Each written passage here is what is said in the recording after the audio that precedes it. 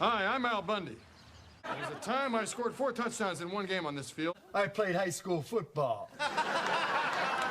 4 touchdowns in one game. Do I know you, man? Ever hear of Al Bundy? Polk High, all city, 4 touchdowns in one game? Do you know what a hero you are to me? I presume you're referring to my 4 touchdowns in one game? The most famous Polk High football legend. A hint, 4 touchdowns in one game. You? Well, it's not. Who once had been a mighty athlete in high school and scored 4 touchdowns in one game. Bundy! B-U-N-D-Y, Al Bundy. Made all city back in '66, 4 touchdowns. And I'm not talking the whole year. One game. But do not take me lightly. I once scored 4 touchdowns in a single game for Polk High. You know, Al, you were really amazing tonight. I mean, 4 touchdowns in a single game. Ah, babe, that's no big deal. I mean, it's not like it's going to be the highlight of my life or anything.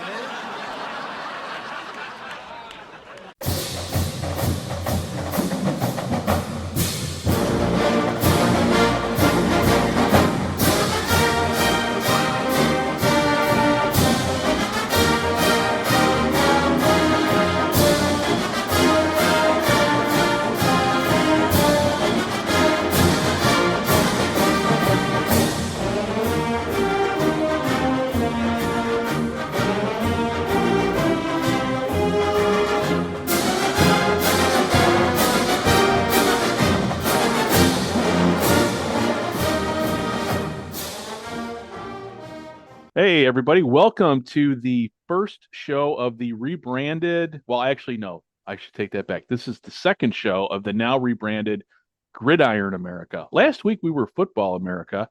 And I say we, just basically me, because I'm the host of the show, and this is my little creation on the internet.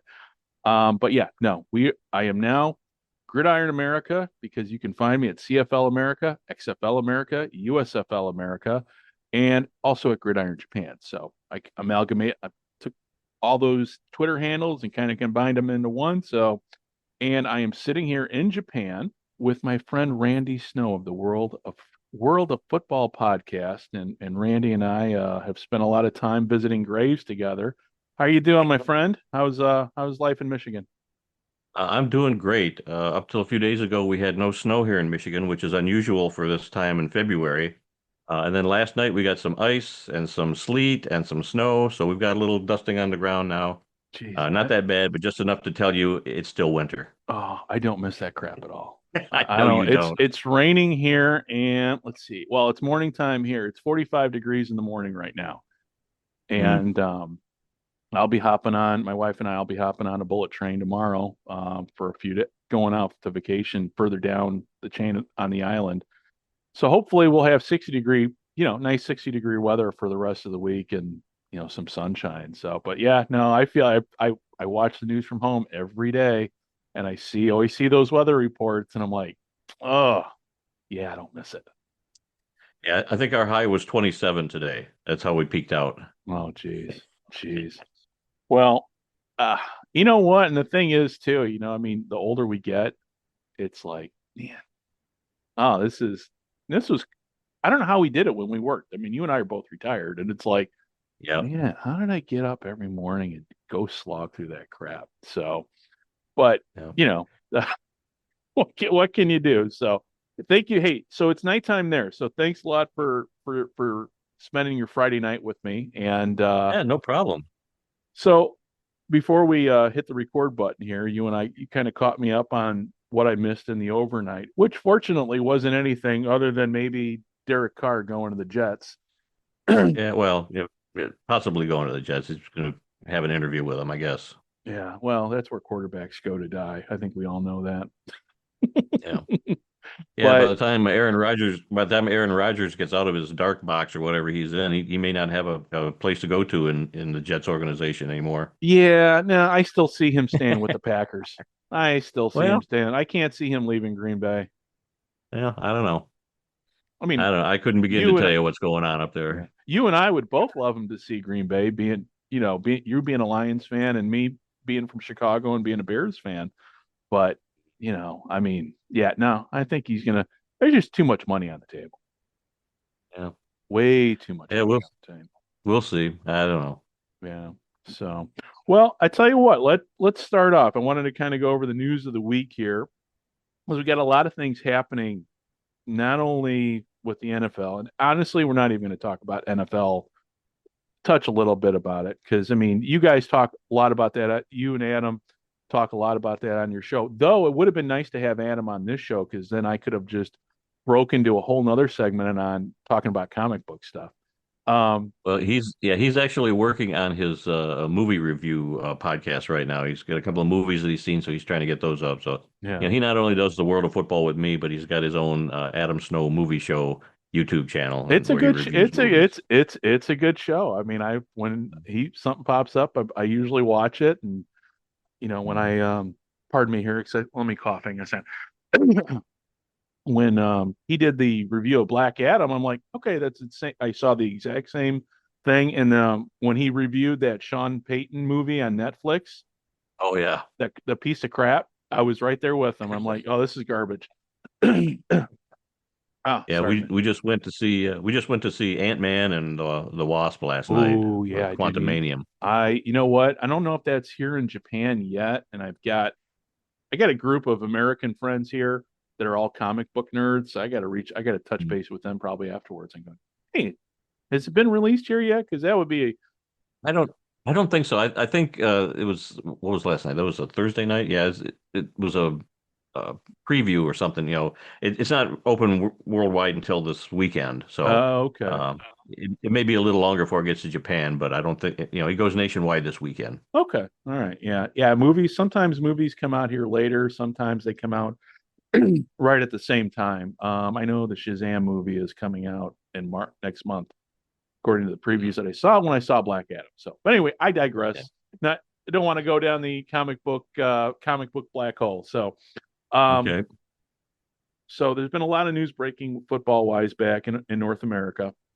And let's start off in our favorite little league, and that's the CFL. So Montreal is now back in the hands of Randy Ambrosie and in the league itself. So, Yeah. what are your thoughts? Because, Well, I kind of heard some rumblings about that a few months ago that it may happen, and of course now it has happened.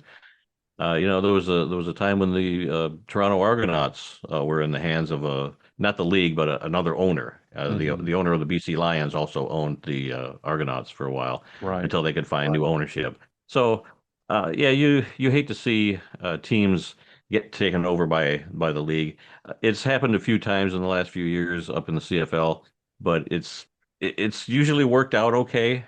Yeah, but you really do hate to see that. It makes you think that things are not that financially stable up there when hopefully they are, but as a fan you don't really know what's going on with these teams. So hopefully it'll be 6 months, a year or so, and they'll have a new ownership group and things will be fine. I hope.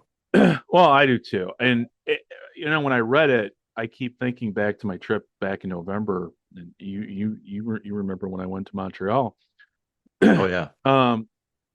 We were in the old town of Montreal. Now it's funny because I was there during Grey Cup, the first round of the Grey Cup playoffs. But because the way we had scheduled our trip, I was not in Montreal for the game because we went to Ottawa for a few days and then came back to Montreal. But when we were in Montreal, every shop I went into, especially, and you've been to Montreal, right? No, I've been to Toronto and Hamilton many times, but I've never been all the way to Montreal. Oh, you gotta make a trip to Montreal because Montreal truly is a part of Europe. It's a whole nother country. It really is. So during that whole move, when my wife and we moved from the States here to Japan, we literally, I always make the comment, we had stayed in hotels in 4 different countries. And she's like, well, wait a minute, we were in Canada. I go, no, Quebec's a separate country because it's all French. It feels French. It just feels different. It's the Canadian, but there's a very European feel to it. But we were in the old town of Montreal, which is beautiful. It feels like being in Europe. Feels like being in little parts of Paris. But yeah, I couldn't find any Montreal stuff. I couldn't find any Alouette stuff. I couldn't find. I mean, I found one hat, and I posted it on Facebook, and I posted it on Twitter. I go, this is symbolic of the problem of the CFL. There's no marketing. I mean, you and I are sitting here during this interview. You've got your Lions shirt on. I've got my Cardinals hat on. What? I'm here in Japan and I see Green Bay Packers stuff everywhere. Mm. I mean, not that, and people are not fans of the Packers here. Nobody knows anything about American football here, but yet the NFL properties is everywhere. And all I ever hear from Randy Ambrosi is hand wringing and a lot of corporate double speak, and I don't get it. I mean, yeah, with now, and we're going to talk about it a little bit with the XFL coming into play, which I think you and I both, are thinking is probably going to be successful, at least in the short term here. Now you've got competition, but I mean, if you want people to buy your product, you need to at least put some product out. Yeah. I mean, you can go to their online store and you can find shirts and hats and hoodies. But even at that, the selection is nowhere near that of the NFL. You might have 2 or 3 different T-shirts, 1 or 2 sweatshirts, a couple of hats. Not that much. And I've seen stuff on the sidelines of a CFL game, and I'm thinking, wow, that is a sharp looking shirt. And so I would immediately go to their online store to see if I can find it and get that. It's not there. So, as a fan, you would love to have a big variety of stuff. Right. And plus, but too, I and then just haven't seen it online. Yeah. And then the other part of it is, I mean, all you got to, I don't know, we live in the 21st century. You got Amazon stores. I mean, Yep. I had to buy a new computer here for doing my simulation football league. I went to Amazon. It's international shipping, but the international shipping cost me $15. It was dirt cheap. I mean, yeah. Not bad. I just don't get where, I don't know. I beat my head against the wall a lot, like when it comes to a lot of this stuff. But when we know the CFL is aging out on its fans. I mean, you and I are both kind of like, we're the typical CFL fan. We're the older white guys, and it's not attracting new fans. There's that whole video game thing that I always preach on, and I think I know Adam. I'm sure Adam has talked about it on your show about how the CFL needs to have Madden. I mean, you watch the NFL, and I know I'm comparing apples to oranges, but you get the new fans with video games. I mean, video games are key. There's no video game plan, but there's always a reason why they can't do it. Maybe, you and I were both, retired. You and I are both retired military, so we have seen big organizations basically just try to justify why they didn't do anything, but just, well, that's the way we've always done it and it won't work. But yeah, I mean, as we saw in the pandemic, that the CFL is always near death. And I don't get it. I mean, they need new leadership. Look at what's happening out in BC. I mean, you look out what's there. I mean, they got a new owner. He's trying. I mean, what do you think? Yeah, well, yeah, they definitely need to do a better job of marketing their product. I mean, I don't live in Canada, so I don't know how well it might be marketed up there. Like you said, you couldn't find any merchandise in the store, but I don't know how well it's covered in the newspapers or online papers, that sort of thing. But they need to really, they don't need to put teams in the United States, but they need to get their games in the United States. And ESPN has done a good job the last few years of getting a lot of their games down here. But yeah, they need to do a better job to bring more American fans. Before I went to bed last night, I was just kind of going, because again, having during this entire move and everything, I lost touch with a lot of things and just kind of catching up on old CFL news. There was an article I saw from, I think, January about, and I posted it on Twitter about how they're going to have the CFL's working on a deal that's going to net them about $100,000 for media right. I'm like, wait a minute. That just, I read that. I'm like, this has to be an Onion article. I'm like, Well, if that's true, I mean, $100,000 may be uh, decent money up in Canada, and so if that's the case, they should be jumping. The United States should be jumping on anything to well, get the Canadian football down here. right. But you would think at that point, why don't you just post your game, live stream your stuff on YouTube? Because you'll probably make more money off of ad revenues off of YouTube. Yeah, you I, can catch them all on ESPN Plus, yeah, during the CFL season. yeah. And I have watched a number of games on ESPN Plus, but I prefer to have them on a regular ESPN on my Oh satellite yeah, dish. yeah. Well, I'm kind of running, well, being over here in Japan, so it's a double-edged sword with ESPN Plus. I need a VPN to access ESPN Plus, but Mhm. ESPN Plus actively works against the VPNs to keep their product um, there. So I know when you and Good. I were texting back, and you're like, "No, I'm still working the VPN issue," um, and I think I've cracked the code with ESPN Plus and in VPN, which I need if I want to watch any of the XFL stuff. I need to, I'm only going to be able to watch it on ESPN Plus or whoever bootlegs it and puts it on YouTube, which and I'll be able to watch the highlights obviously on YouTube and everything. But it just boggles my mind. It just in this day and age, especially when you see the NFL going to YouTube TV with streaming. Now, the CFL does have an international package, but when the Grey Cup happened, I did the international. I got the one game for the Grey Cup. Horrible video. Mm. Constantly skipping, constantly. It was just I don't know if there were transmission issues back in the States, but it was damn near unwatch. It was so unwatchable that I had to check out prior to the at the end of the third quarter because obviously time zone difference and I had things that I had to do paperwork wise as a new resident here that I had to go to. Yeah, missed a hell of a game in the fourth quarter. And I turned it off at the third quarter. I go, Winnipeg's got this, and then I come back. They won. The Argos won. Yeah.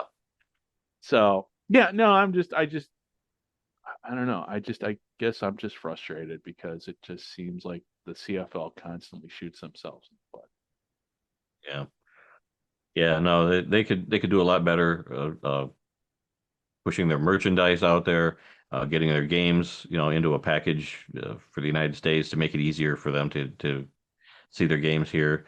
It it is frustrating, because as much as I love the CFL, I'd love to watch a game every week. Sometimes I can't if or I'd have to go to ESPN Plus, and I'm just not a big fan of that. But it's there if I really want it. But yeah, I like to watch Toronto. Toronto's always been one of my teams. Hamilton is another one because I've been to both of those cities to see games. I'd love to go up to Winnipeg sometime and see a game up there. But Adam, Adam is saying the Grey Cup is going to be in Hamilton this year, and it's an outdoor stadium. But the year after, in 2024, the Grey Cup is going to be in British Columbia in a dome stadium. And he's like, "That's the game we need to go to. You need to get your passport, get ready. We're going to go up to Vancouver, and we're going to, get tickets to the Grey Cup game up in British Columbia, where it's going to be inside, where we won't have to freeze our butts off." Because I've been to some not snowy games, but I was at a really cold, rainy game at Hamilton years ago, and it was not a lot of fun. Oh yeah. But Well, yeah, he wants me to get my passport to go to BC for the Grey Cup in 2 years. yeah. I mean, ideally, if you're going to see a championship game, you want to see it indoors if you can. Sure. Yeah. As much as the elements, I mean, I think we're all of an age now going, you know what? Yeah, I'm gonna sit indoors. It just, Well, I hate to call myself a fair weather fan, but I kind of am because the older you get, you don't want to sit in 5-degree weather. Those Packers fans, I don't get it. I don't get it either. I'd rather go to Ford Field in January than Lambeau Field in January for a game because it's a lot more comfortable. But maybe that's just the old man in me talking. Well, I mean, for us, I mean, the aesthetics of having mud and snow and everything is cool when you're younger, you're playing. I mean, you and I both played high school football. I mean, I remember playing vividly a game in the mud, in the rain, and yeah, that was cool and everything. But yeah, then you're sitting in the stands freezing your butt off when we went to the college championship here in Japan back in December, it was about 40 degrees. And I had my parka on because I knew, we all know it, even though it's like 45 degrees out, it's going to be 10 degrees cooler inside the stadium. And, glad I brought everything, had the big gloves and everything. I was fine. My poor brother-in-law, he dressed for fashion, not for he not and by at the second half, I just looked over him. I'm like, dude, here's my gloves, and I gave him the gloves, and that was all. It was like what he needed to get himself over the hump. He's like, don't you need them? I go, I'm fine, but I didn't. But yeah. I mean, yeah, sitting outside in the cold weather. Yeah, I don't get Green Bay. I don't get Chicago fans. So hopefully they signed the deal. The news I saw out of Chicago was that they signed they closed on the property in Arlington Heights. So Oh, okay. yeah, Okay. so we'll see. But it's going to be years in the making. I mean, it's going to Right, take yeah. and they completely screwed Soldier Field up to begin with, and Yeah. they should have never done what they did to that stadium. Yeah. I've always wanted to go to Soldier Field, back when it was, before they renovated it, where it looked like a spaceship, where the old stadium used to be. But I always wanted to go there, but I never did. Well, it's interesting. I mean, I was there the first time I went to Soldier Field was actually for a concert, for a Springsteen concert. So it was kind of cool. I was actually, I got to, it was on the field, got to be on the field. And then I've been there for a soccer game, and then also for Cardinals Bears game. This was back in 2001, right after several weeks after 9/11. And Pat Tillman, I always look back at that. I go, yeah, Pat Tillman played at that game, because that was the year before he checked out of the NFL to enlist in the Army. Mm. But then I've been there since they've remodeled it. And I'm going to be honest with you, for a fan, it's a nice place to see a stadium with the remodeling. Because you go inside, you can actually, there's a museum down there. I mean, it's really, on the inside, it's great, but on the outside, it's horrible. It's a horrible look. I mean, so, but no, going back to the CFL, I don't know where their heads are at. I just don't know. And, Yeah. Now we've got the XFL starting up, and what do you think? What are you're going to be able to watch it live, whereas I'm going to have to watch it all on tape delay and catch the highlights over here. But what do you think? How do you think it's going to go? I mean, this is the third try. The second, but we've been there with opening week with all of these leagues, and I'm going to throw the AAF as another, is basically XFL 1.5, because Charlie Ebersol, he was the brainchild behind it, and his dad was part of that XFL, the first one. So, what are your thoughts? Well, if you go back to the very first iteration of the XFL back in 2001, that first game that they ever put on TV, the Las Vegas Outlaws and the New York, New Jersey Hitmen, the one where He Hate Me was introduced, and Vince McMahon was on the field screaming, "This is the XFL." That game got a lot of attention because there was such a good build-up to that game. And the game was okay. I mean, it was 19-0 at halftime, and there was no scoring in the second half. So people kind of left after that. And I watched the entire season. In fact, I taped every game on video cassette, and I have all those games on a shelf right now. And the quality of football got better and better each week in 2001. And by the end, when they played their $1 million game between the San Francisco Demons and the Los Angeles Extreme, with Tommy Maddox as quarterback, by the way, there was some good football. Yeah. But I think a lot of people had checked out by then because they didn't like some of the goofiness, the WWE or WWF announcers that they had working games, and some of the craziness around all that turned a lot of people off. But the football was actually pretty good as the season went along. It got better and better, and the championship game was really good.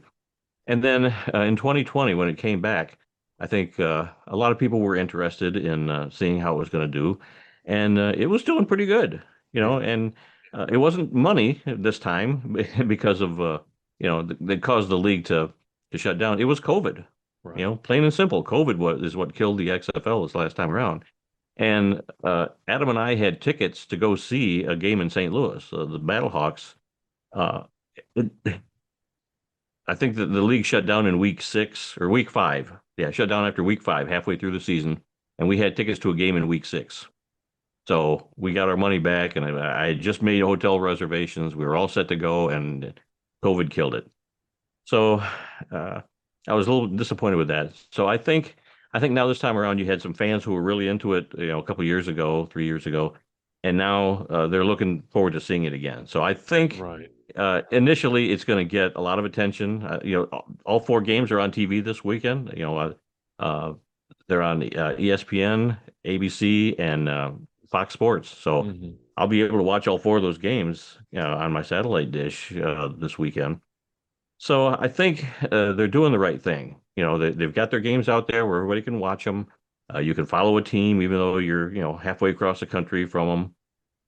So I think it'll do fairly well. Okay. Especially in the beginning where everybody's checking it out, seeing the Yeah. new teams, seeing the old teams, and so I'm hopeful that they'll make it through a whole season. Right. And I agree with you. And also too, just going back, we'll talk about the AAF. The AAF did a lot of things, at least. Okay, so the money, obviously the money part, they completely fumbled.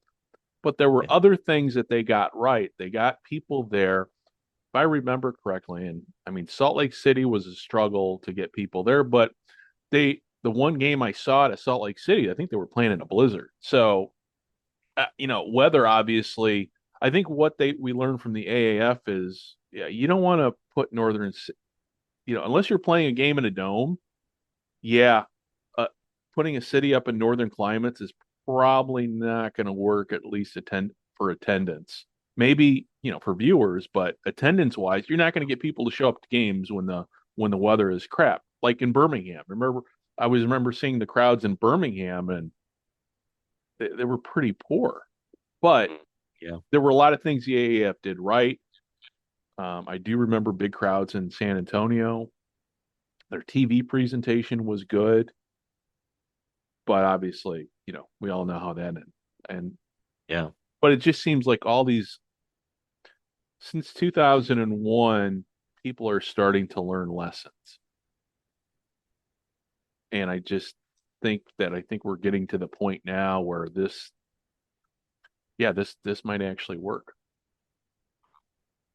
Well, when the USFL came along in 1983, I was totally happy. I mean, that was the very first time that there had been spring football, was the USFL from 83 to 85. And I loved it because I could go from being a Lions fan, and struggling through their terrible seasons. And then a few months later, I had the Michigan Panthers playing in the exact same stadium where the Yeah. Lions were at. And I went to a couple of games. I went to one each year they were in Michigan.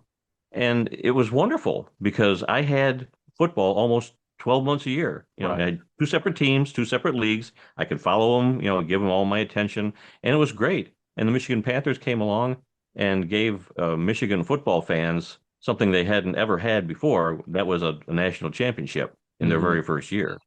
And it And didn't start out well for the Panthers. They started out 1-4 and wound up winning the season and winning the USFL championship in '83. and they So had that a was great. following, and they didn't lack for issues Yes. with attendance. So I mean, Yes.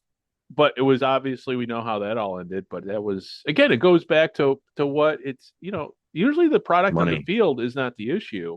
It's Yeah. it's the guys running, the business part end that always gets in the way. Yeah. And so with, you got the new USFL now owned by Fox.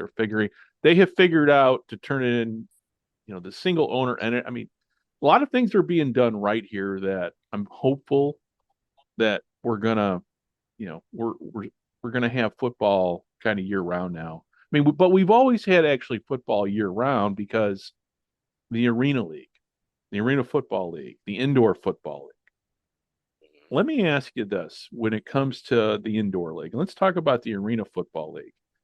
I've been, Okay. I remember when it started. I remember how it ended. Living in Chicago, we had the Rush. I mean, the Rush always drew great crowds. but the Arena Football League was always, well, it ended with none of the teams it started with. Every year there were new teams. But it survived. It got through. And for a while there, it was on, if you remember, after the first XFL ended, that's when the NBC bought into the American, I'm not saying to the Arena Football League. And then you had on Sundays during the spring football again on TV.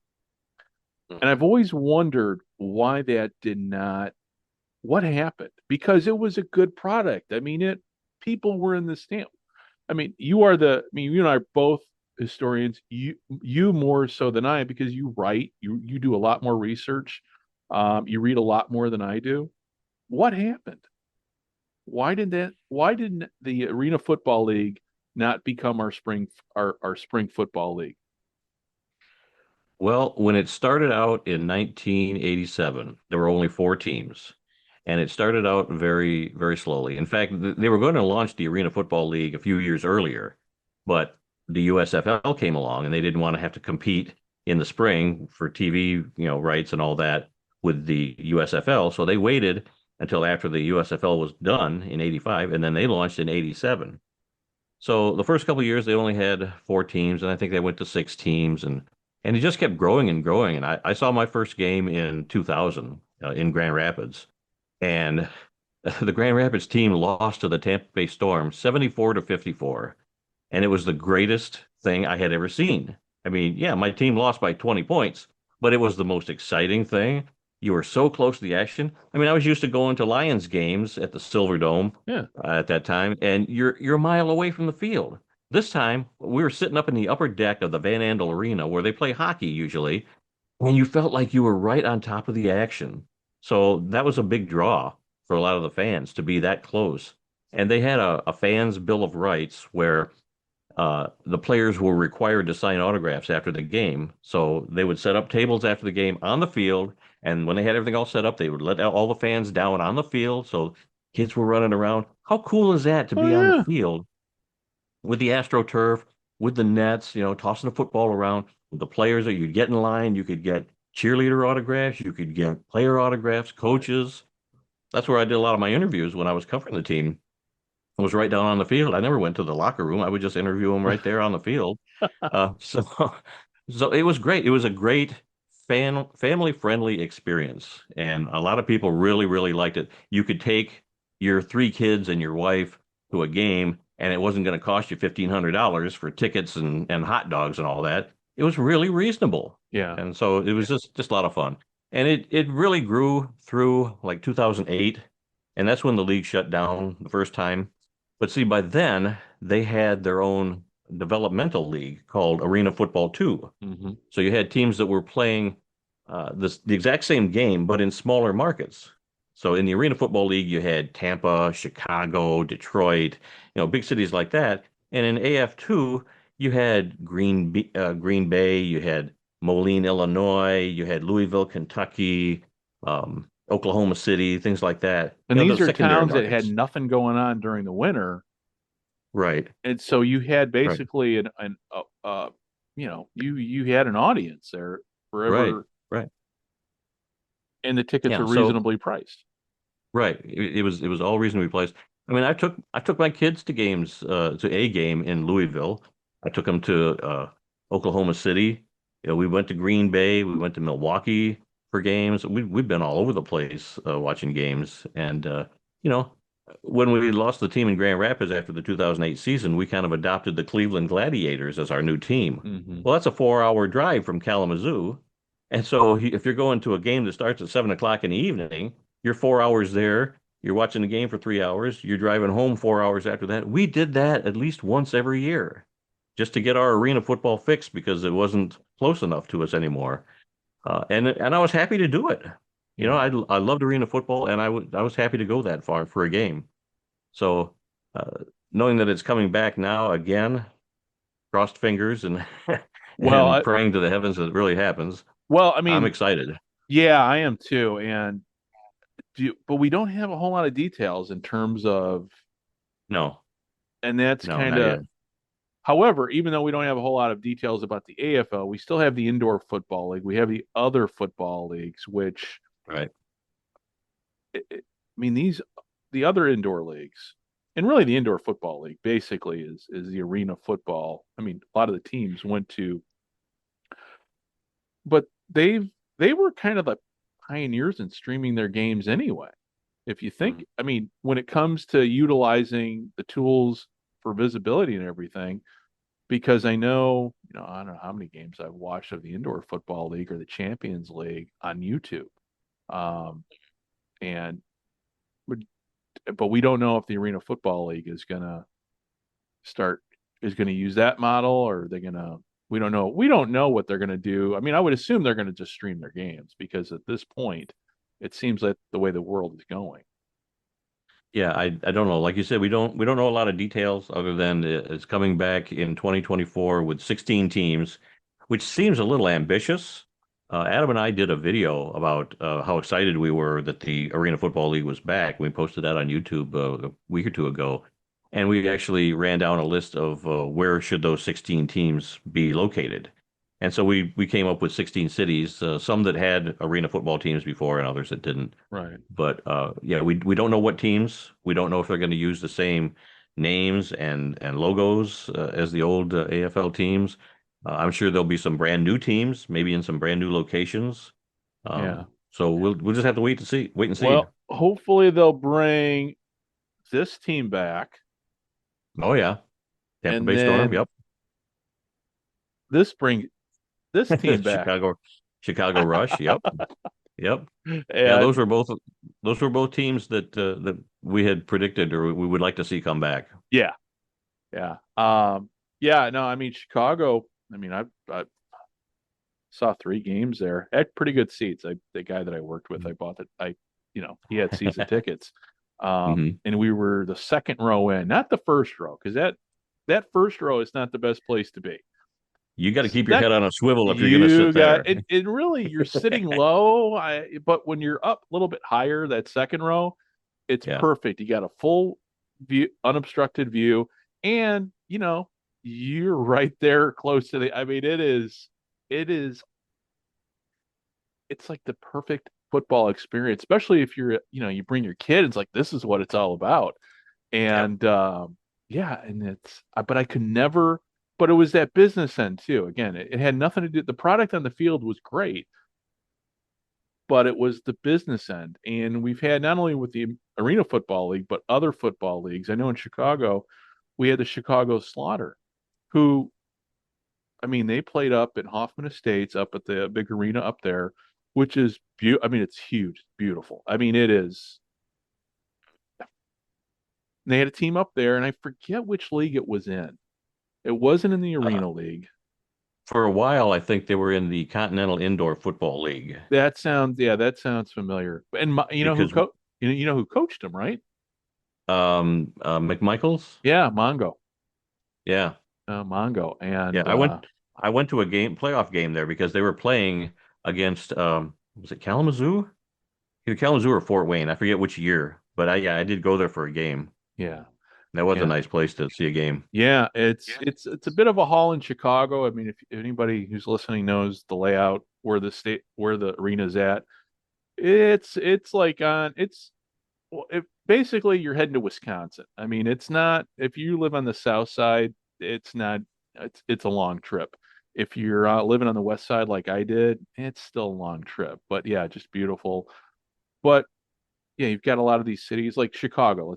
You talk about them. The Rush, they played at Allstate Arena out by the airport, but now you've got Wintrust Arena, which is right downtown Chicago. So there's plenty of places so it'll be interesting to see where, especially if these teams go into the major markets, which is really where they should be, because you need to have anchor. I mean, much like the NFL. The NFL only was in one major city when it started, and of all teams, that was the Cardinals, which is still kind of funny to think about. But even but yeah, it wasn't until the NFL went out to New York that it started to really become major league. So yeah, no, I'm hopeful for it. And we've got so between the indoor football league this year, we've got and when does the indoor football league season start? That's coming up think soon. I think it's March 17th. I'm not Okay. positive, but it's mid-March sometime. Okay. And yeah, so we're gonna have plenty of football. And then the USFL starts up here in April. So the USFL and the XFL, is there any overlap? I think there is for a couple of weeks. Okay. Uh, the XFL is starting this weekend, and it's 10 weeks. So yeah, there's going to be a couple of weeks where they do overlap.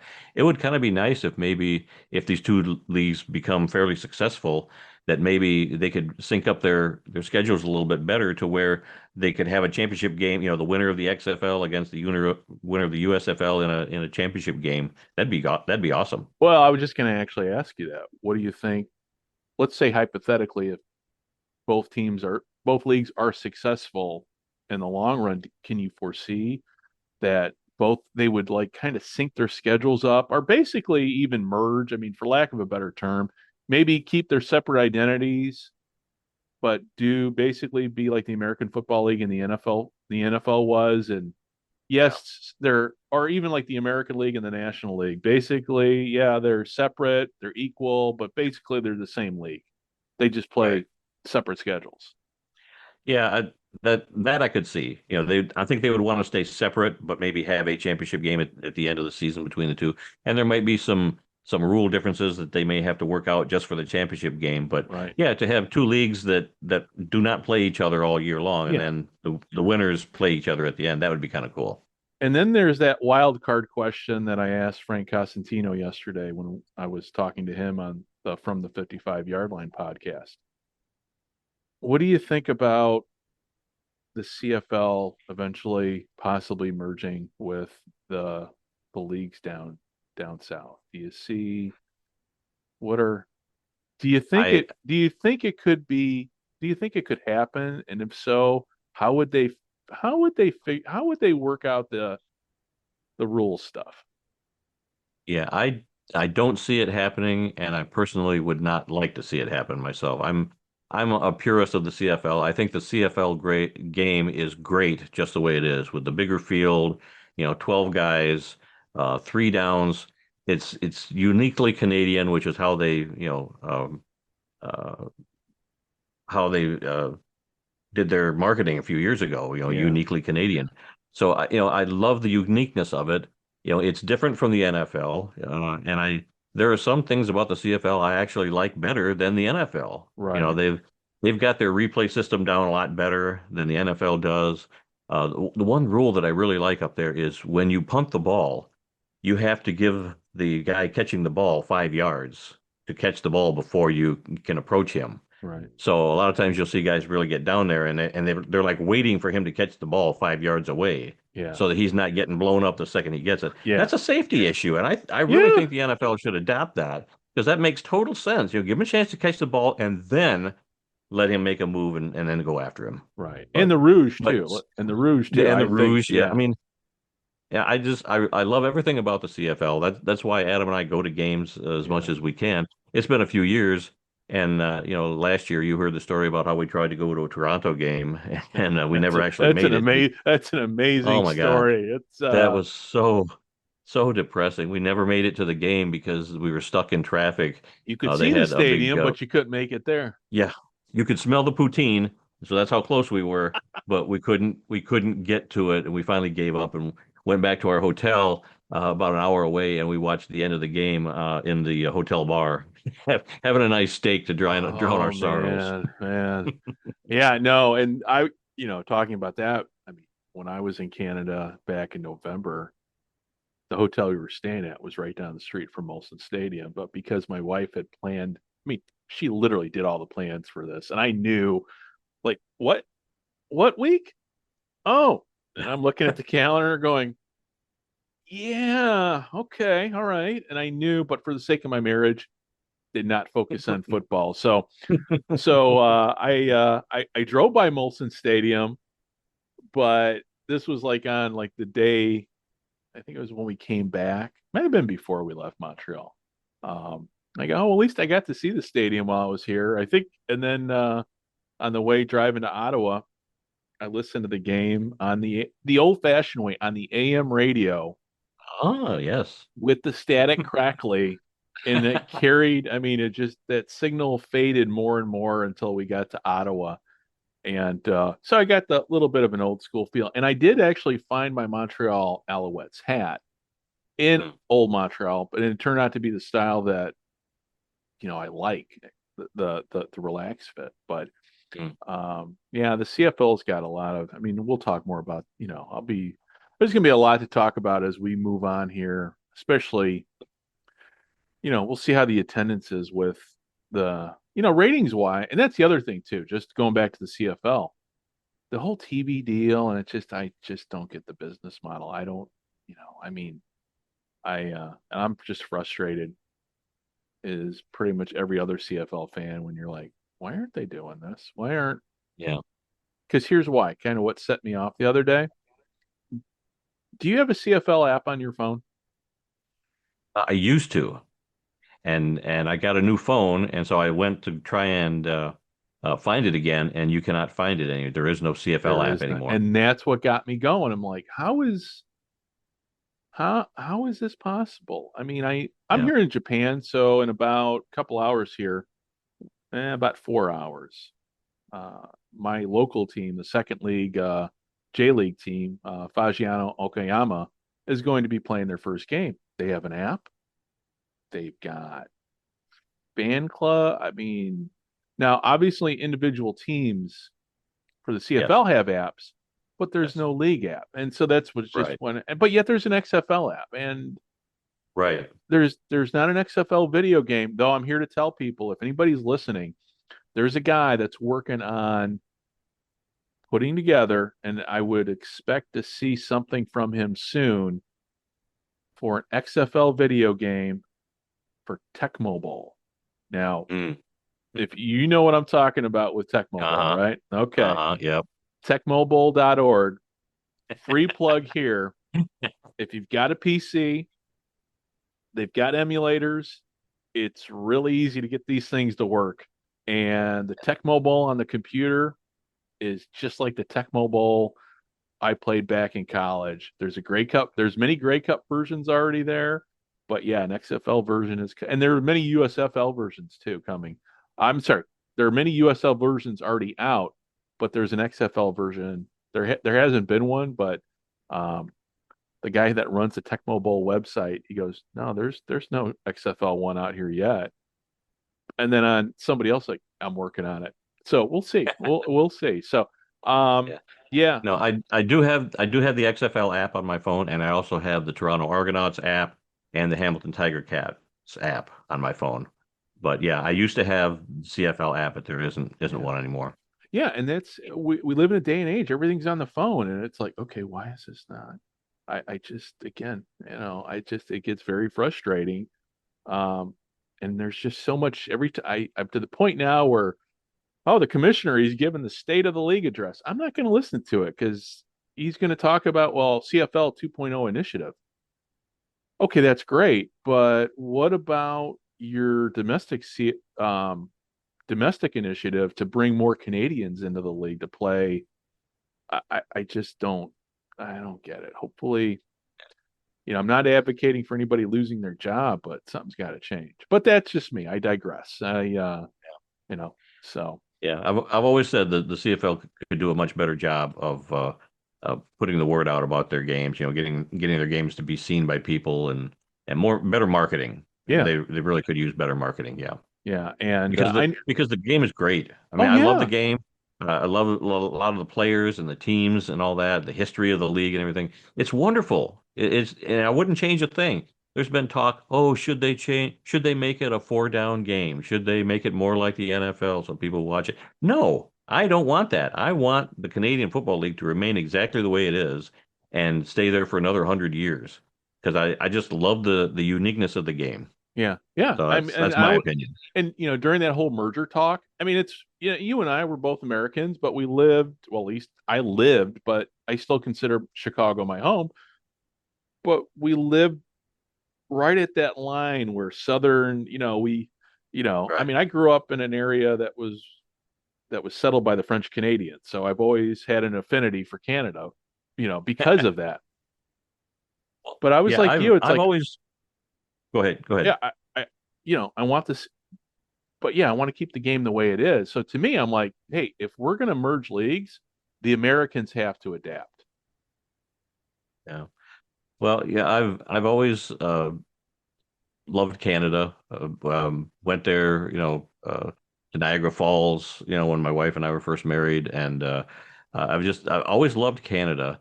And within the last year, my brother was doing a lot of genealogy research, Hmm. and he discovered that our great grandmother immigrated from Nova Scotia. So now I understand my love for everything Canadian because I've got a little Canadian in me. That Yeah. my grandmother came Oh from yeah. Nova Scotia up in Canada, Yeah. which I Yeah. never knew. Yeah. I'm sure I do too. And I'd have to do the genealogy. I, I've seen the family tree on my dad's side because that's where my dad's. And I'm like, oh. Every now and then you'll see a French name. And Mm. the first time I was ever in Quebec, and this is how long ago it's been. I looked in the phone book. They don't have phone books anymore. So I'm Right. looking through and I'm seeing Arsenal, Blanchette, Charbonneau's, all these last names that were in my high school class, of people that I went to high school with. And I showed my wife, I go, the people here, you look in the phone book back where I'm from, same thing. So there's a lineage between, Mhm. you know, yeah. So I mean, so I've always had that affinity. And then going to Montreal, but like I said, going to Montreal was just fascinating.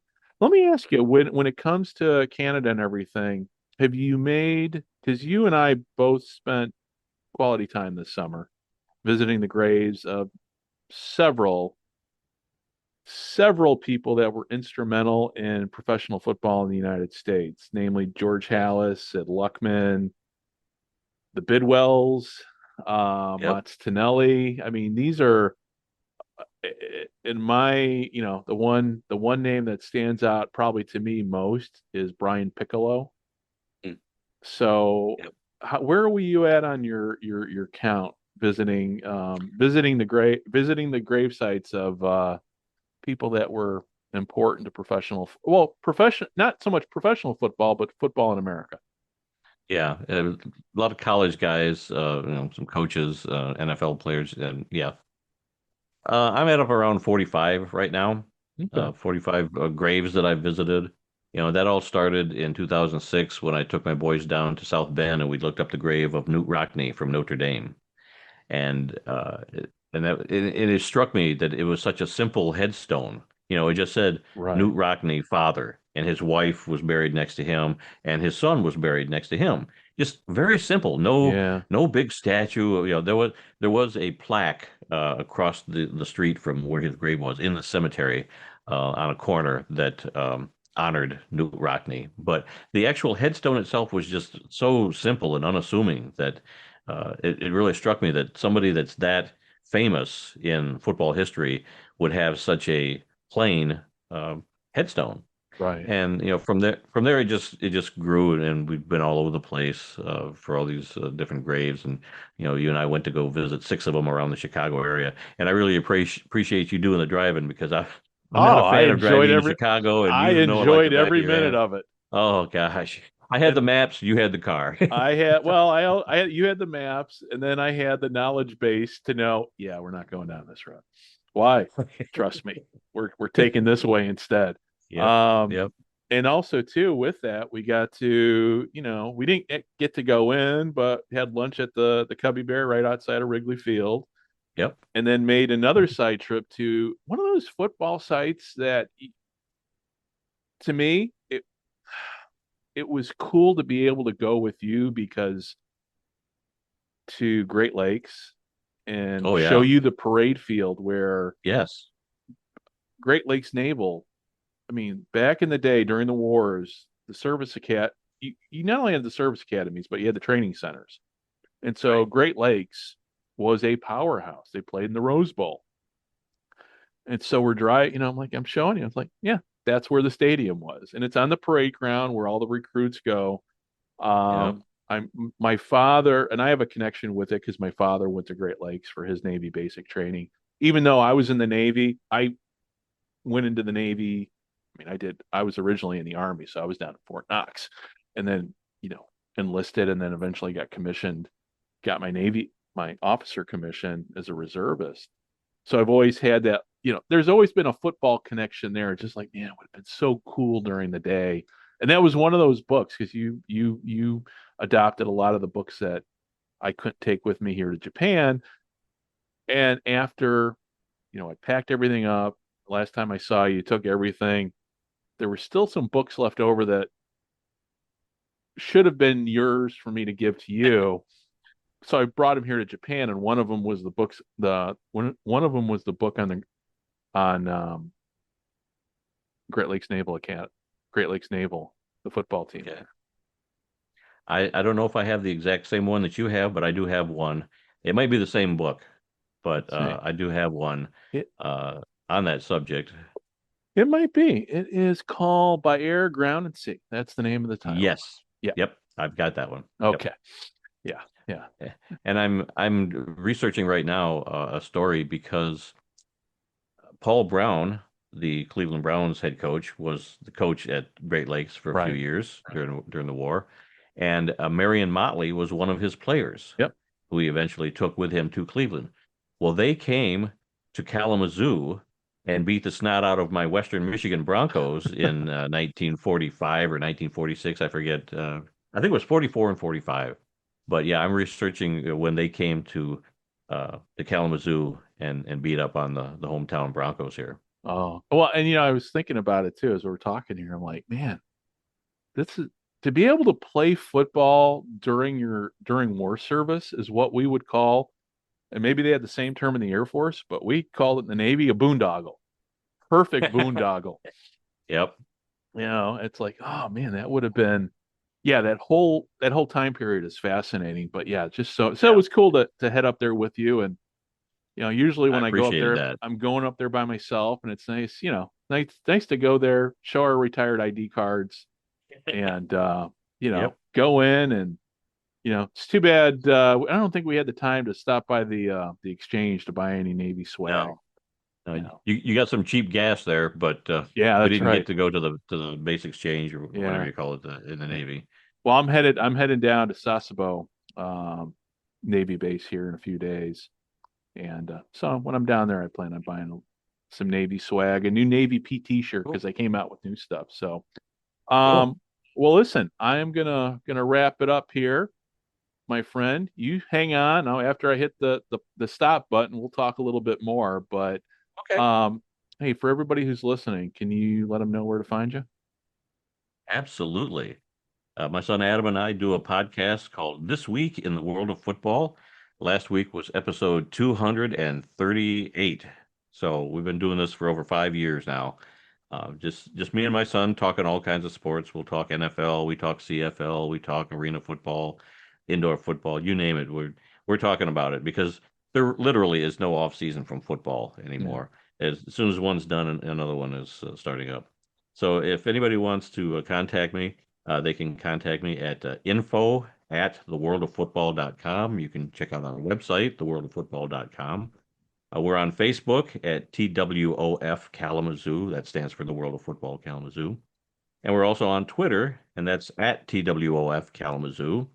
We're also on YouTube. We've been doing a lot of YouTube stuff. We've just gotten into doing a few shorts, 1-minute videos. I did a Super Bowl joke the other day.